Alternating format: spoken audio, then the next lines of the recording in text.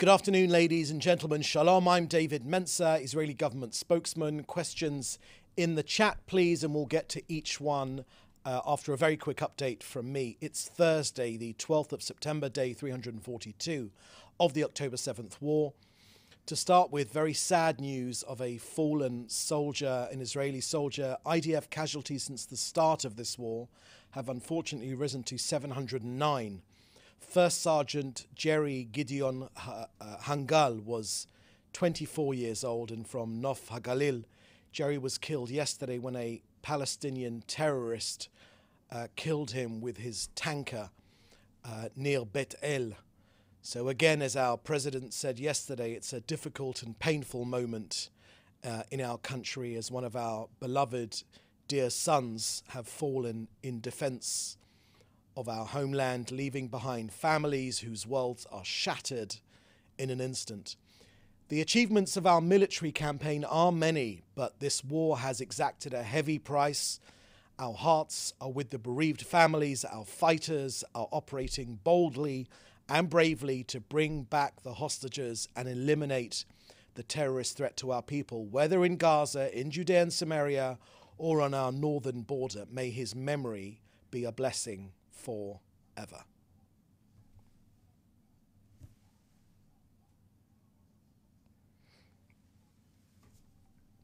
Next, an update from COGAT and their work coordinating aid into Gaza. As of our latest figures released today, we have broken through the 1 million ton mark, and 1,010,000 tons of humanitarian aid have been delivered into Gaza on 51,000 trucks since the start of this war. You can get all the details of Israel's humanitarian efforts on COGAT's website. Hamas wanted a famine, Israel prevented one. Hamas wanted a polio outbreak, and once again, Israel acted to prevent one, initiating a massive vaccination campaign in partnership with the World Health Organization and UNICEF. So that's the end of our briefing today. I will now take your questions. Please put them in the chat together with your news outlet. Okay, first question here is from Jody Cohen of World is One News. What's the latest on hostage release negotiations? Thank you very much for that question, Jody. In the last few moments, just before we came on air, the Prime Minister's office said that Hamas are trying to hide the fact that they are continuing to oppose the hostage release deal and they are preventing it from materializing. Let me repeat that because it's quite important. In the last few moments, the Prime Minister's office has said that Hamas is trying to hide the fact that it continues to oppose the hostage release deal and prevents it from materializing. While Israel, on the other hand, have accepted the US final bridging proposal of August 16th, 2024, Hamas have rejected it. And what's even worse, they murdered 6 hostages in cold blood. Now the world must demand that Hamas release the hostages immediately. The negotiations for a hostage release deal are ongoing, they continue, and they are based on the principles presented by the United States in a manner that will enable the return of the hostages while achieving the other goals of this war. Israel appreciates the efforts of the US and the mediators to dissuade Hamas from its continuous refusal. Next question here is also from Jody Cohen at World is One News in India. What's your response to the Gaza Civil Defense Office, which issues casualty figures in Gaza? For example, it reduced the toll of a recent strike from 40 to 20. Thank you for that question, Jody. Let me share with you our thoughts on this Gaza Civil Defense Office, as you asked. Look, Israel is complying fully with international law in our just war against the murderous terror organization that performed these genocidal acts and crimes against humanity. All the experts in the world, all the military experts in urban warfare, they say the same thing. They say no other in the army, no other army in the world takes the trouble we take, goes to the extent that we go to, or does the things that we do to get Gazans out of harm's way. Hamas sees harm caused to civilians as a strategy. They are systematically violating international law and committing a war crime by using civilian infrastructure and the population of Gaza as a human shield for its terrorist activities. Now, in this case that you're asking about, the IDF and our Air Force conducted a precise strike on terrorists who were operating inside a Hamas command and control center in the area of Nuseirat in central Gaza. This command and control center was embedded inside a compound that previously served as the Al-Juni school. Now, when a school is no longer a school and becomes a Hamas command and control center used by Hamas terrorists to plan and execute terrorist attacks against our troops and against our people here in the State of Israel, then it becomes a legitimate target. A school being used for terror purposes, according to humanitarian law, according to the Geneva Convention, is a school no more. Now, prior to this strike, numerous steps were taken to mitigate harm to civilians, precise munitions, aerial surveillance, and additional intelligence. This is a further example, just one more in a long list, of Hamas terrorist organization systematic abuse of civilian infrastructure in violation of international law. Now, the IDF will continue to operate against Hamas in defense of our people here in Israel. Now, as for Gaza's Civil Defense Office, we've seen this quoted without any caveat in many news media. I've seen it in CNN, I've seen it on the BBC. Now, this is important. No information leaves Gaza without it being cleared by Hamas. Nothing. I cannot think of another case in the world where a terrorist organization that gives information to media is then reported without caveat as fact. Not in Afghanistan and the Taliban or anywhere else. So I hope that makes the situation clear regarding our point of view. Next question here is from, if you could just scroll down for a second. There we go. I believe it's from, just scroll down for a second. There we go. It's from Phoenix Television in Hong Kong. We saw the GPO, that's the government press office, revoke Al Jazeera GPO cards. Could you please make some examples that journalists of Al Jazeera against the law of Israel? Thank you for that question. It's an important question from Phoenix TV in Hong Kong, China. Let me share with you our current thoughts. Again, this story just broke. We just released a statement from the government as we were coming on air. So let me share with you some of the details on this because they are quite significant. On Al Jazeera journalists, the government press office is revoking the GPO cards, the government press office cards of Al Jazeera journalists working in Israel following the unanimous democratic government decision in May to shut down the channel in Israel and prohibit its broadcast. Now, GPO Director Nitzan Chen said, and I quote, "This is a media outlet that disseminates false content, which includes incitement against Israelis and Jews and constitutes a threat to IDF soldiers." Now, we're not the first country to take this action in our region. So, therefore, the use of GPO cards in the course of the journalist's work could in itself jeopardize state security at this time of military emergency, end quote. So the revocation of these GPO cards will be subject to a hearing and will include Al Jazeera journalists and broadcasters in Hebrew and Arabic, but will not include the channel's producers and photographers. The revocation will be valid for as long as the Knesset, our parliament, legislation and the temporary order are in force. I would just add to that point from our government press office that, it was Hamas themselves that gave Al Jazeera an award for the best broadcaster. Hamas, a terrorist organization in this country, but in democracies around the world, they gave an award to Al Jazeera for being their favorite broadcasting company. I don't think there's anything more left to be said. Next, okay, can you just scroll up to the top? I think there's some questions. Okay, David Clement from the News Forum in Canada. Does the PMO have comment on Gal Hirsch's comments that he's proposed offering Yahya Sinwar safe passage out of Gaza in exchange for the 101 hostages? Thank you for that question, David. As you know, Gal Hirsch is heading up our negotiations team. He has made those comments in international media. I would refer you to those comments to get further information from them. Our objective in this war, our three objectives in this war are, as you know, firstly, to bring home our hostages. We will do anything to bring home our hostages. Number two is to ensure that Gaza no longer poses a threat to this country. And number three, of course, to make sure that Hamas does not run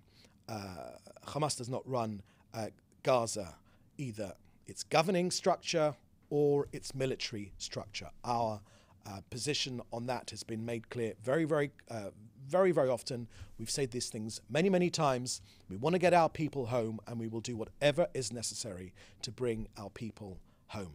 It's outrageous that 101 people are still being held by Hamas. They are women, they are the elderly, they are two children, for heaven's sake, the Bibas children. They need to be brought home right now. Right now. I would just remind you, while we're on this subject of bringing our people home, that what has worked in the past when it comes to Hamas,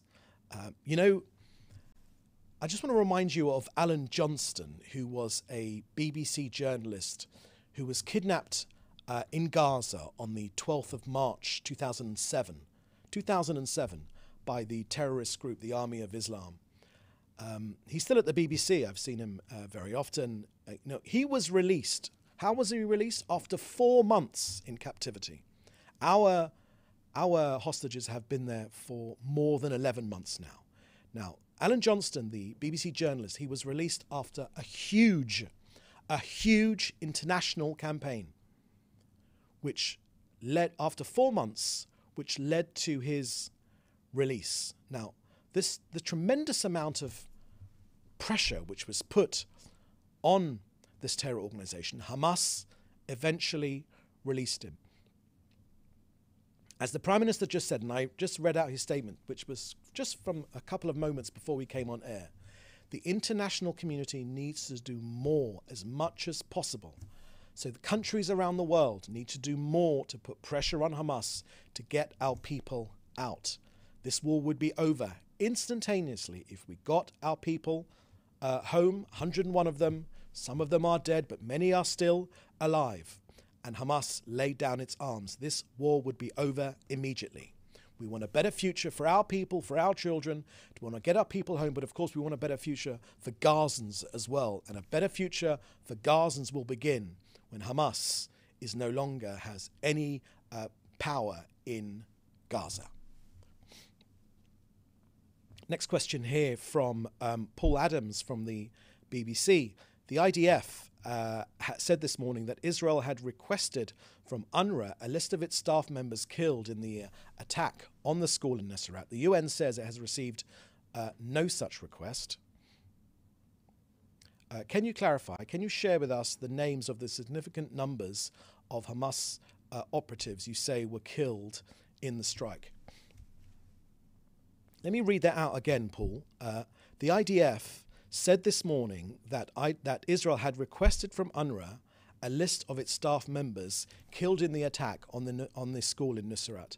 The UN says it has received no such request. Can you clarify and can you share with us the names of the significant number of Hamas terrorists you say were killed in the strike? So, Paul, thank you for that question. A couple of things I will share with you. Firstly, it is the BBC that used, this morning on the front page of your website, the BBC that calls the Gaza Defence or Civil Defence Office, it quotes them without a caveat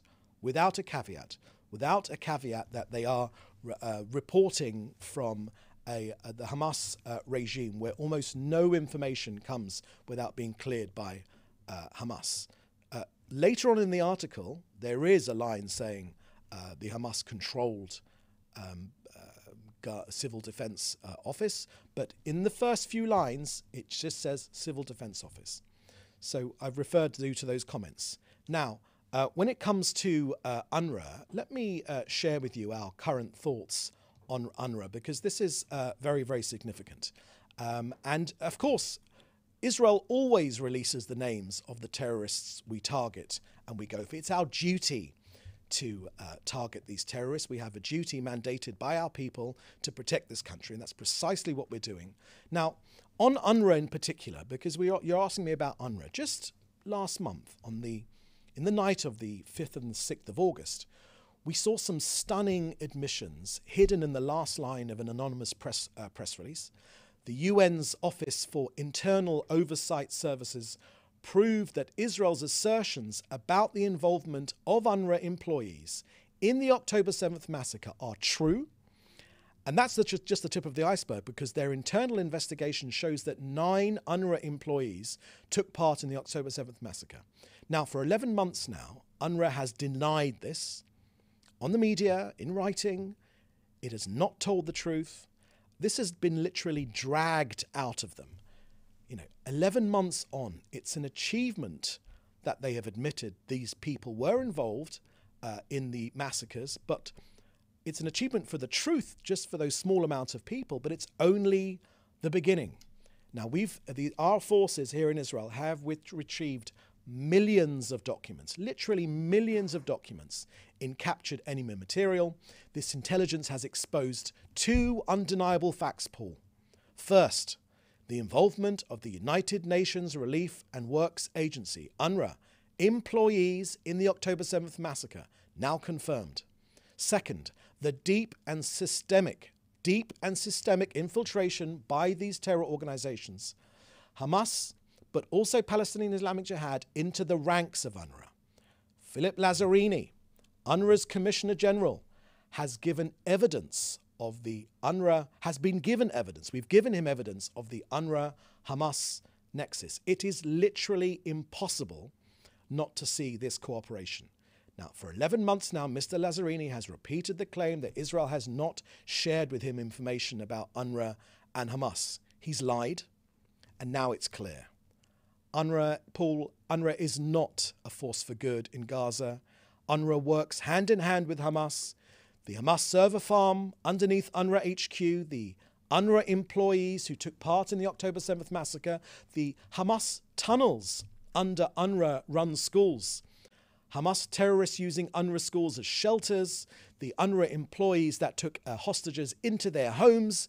Indeed, Israel has named 100 employees of UNRWA who are members of Hamas. They must all be fired. Now, this is just a fraction of the true number of UNRWA workers also in Hamas. So this is a test case for the future of the United Nations. Paul, we say this loud and clear. Israel calls on countries not to transfer funds to UNRWA, as funds will likely support terror. The fact that the UN organization was infiltrated by a terrorist organization should be of concern to all humanitarians. UNRWA are worse than useless. They're useless at aid distribution. They are useless at education. Israel sees no future for UNRWA in Gaza after the war ends. The fact that the UN remains silent about this is really a matter of huge concern. And it should be a matter of concern for the countries around the world donating their hard-earned taxpayers' money to this fraudulent organization. Now, this is a very important part I want to add to the end of this answer, Paul. I know it's been a long answer, but this is extremely important. Yes, we call on the world to support valid humanitarian organizations in Gaza. They are the real backbone of the humanitarian effort. So yes, of course, Gazans deserve a better future. They do deserve aid. We've facilitated more than 1 million tons of humanitarian aid into Gaza. But UNRWA is a front for Hamas. I hope that answers your question. Okay, I think there was a question up above which I missed. Yeah, there we go. There's a question from James Marlowe. Question from James Marlowe there. It was reported the IDF discovered a letter written by Khan Yunis Hamas commander Rafai Salameh that was addressed to Hamas leader Sinwar and his brother Mohammed, in which he described the difficult situation after losing 90 to 95% of rocket capabilities, some 60% of personal weapons, 65 to 70% of anti-tank launchers, and most importantly, lost at least 50% of fighters who've been killed or wounded. It was reported the IDF discovered the letter written by former Khan Yunis commander Rafah Salameh and was addressed to Hamas leader. Okay, you've repeated that part of the question. If this is true, are Gazans now turning against their Hamas leadership, and how much longer will it take to clear Gaza of its military capability? Thank you for that question, Joel. You're right, our Defence Minister shared the details of that letter yesterday in the media. You can find it on the Defence Minister's on the Telegram feed of the IDF, but also the Defence Minister's put this out in public. He's absolutely right, of course. We have made massive strides when it comes to defeating Hamas in Gaza, but the job is not done yet, because although there has been some brave Gazans that have stood up and spoken up against Hamas, they do not feel free to do that, because when they have done that, Hamas have either shot them in the legs, put them in hospital, just like a gangster terrorist organization that they are, or even worse, murdered them. Now, Gazans will not be free to be able to speak their mind until this organization is demolished. We have made huge strides in destroying this organization. Of their 24 battalions, almost all of them have been shattered. What's left now is a guerrilla force. I've seen some reports from the IDF of their continuing to face battles with Hamas, but they are not in the numbers which they were at one time. But Gazans will not be able to feel safe to be able to speak their mind until this organization is crushed. Getting rid of Sinwar is, of course, important in that role, to remove that fear element, to allow Gazans to have a better future. Look, the demilitarization and the de-radicalization of Gaza are absolutely key. The Prime Minister has made that absolutely clear. He spoke about this at length in his press conferences last week, an hour-long press conferences in English and in Hebrew. And for further comment, you can probably find it. You can definitely find it there from the Prime Minister. We've made huge strides of advance in getting rid of this terrorist organization, and with God's help, we will continue the job to be able to provide a better future for all the people in this region. Okay, let me just check. Are there any other questions? Okay, I think there was a question from Joel Pollock at the end. Yeah, there we go, Joel Pollock at the end. Question and another couple of questions. Okay. Joel Pollock, Breitbart News. Is there a consensus in Israel that Israel is preparing for war against Hezbollah given recent operations in Syria? Thank you for that question, Joel. Let me share with you the current situation regarding Lebanon and our north, and this also gives me the opportunity to share with you the very latest figures that we have regarding the situation in our north. We have received 8,000 rockets from Hezbollah in the north. 8,000. Can you imagine any other country receiving 8,000 rockets and drones from their northern neighbor and just accepting it? We've had 63.5 thousand people displaced. There have been 838 fire incidences, close to 200,000 dunams of burnt land, 46 people killed by Hezbollah, 24 civilians, which includes 1 Indian national and 21 of our military. There have been 294 people injured, 141 civilians, and 153 of our armed forces. Now look, the incessant firing of rockets and UAVs by Hezbollah, but it's a terrorist organization. We know what the purpose is. It's to kill our people, to impose terror and disruption on our daily life. But Israel is responding with force to aggression by Hezbollah, and we will use all means necessary, whether diplomatically or militarily, to restore security to our northern border. We would always prefer a diplomatic resolution, of course, but we have the military ready and able to deal with this task on our northern border. We must return safely our citizens to their homes. Now, we're going to respond with force to this unprovoked aggression of Hezbollah, which since October 2023 has launched these 8,000 rockets over our border. And that's not including the rockets which they have fired and the UAVs which they have fired and have landed inside Lebanon, causing fires and damage to their own people.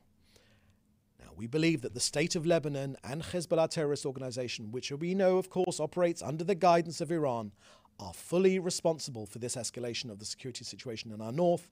And of course, we know as well that it's in violation of international law and UN Security Council resolutions 1559 and 1701. Right, next question here is from David Isaac from JNS. Has the government proposed any plans for a replacement of UNRWA, UNHCR or other body? Thank you for that question, David. For the real expert opinion on that and for the reality of what's going on, can I suggest, David, that you contact COGAT? They are the real experts and deal with humanitarian aid going into Gaza and its effectiveness. Every single day they do a valiant job.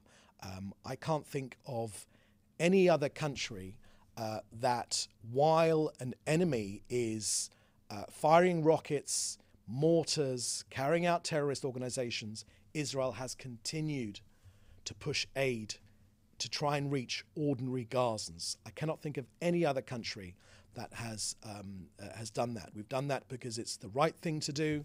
We've done that because we have no problem with ordinary Gazans. We're trying to get to this Hamas organization to defeat them for a better future for all of Gazans and, of course, for Israelis as well. Paul Adams, follow-up question. I'm familiar with your case against UNRWA. Paul, you never report it. But I'm afraid you didn't answer my question. The UN has said it's not received a request for the names of its personnel killed in Nusrat. The IDF says it has sent a request. Can you clarify? Thank you, Paul. That's a perfectly fair question. I would suggest I've given you a very comprehensive answer on the situation with UNRWA. We've said very, very clearly that it's a front for Hamas. It's fact. It's no longer, conjecture. These are facts. They are a front for Hamas. They actively participated in this organization, in the Hamas terror assault, and they continue. UNRWA facilities are continually used by Hamas. This Nusrat case is a prime example. And this Gaza Defense Organization never talks about the number of terrorists killed. They never ever mention any of the terrorists which have been targeted and eliminated.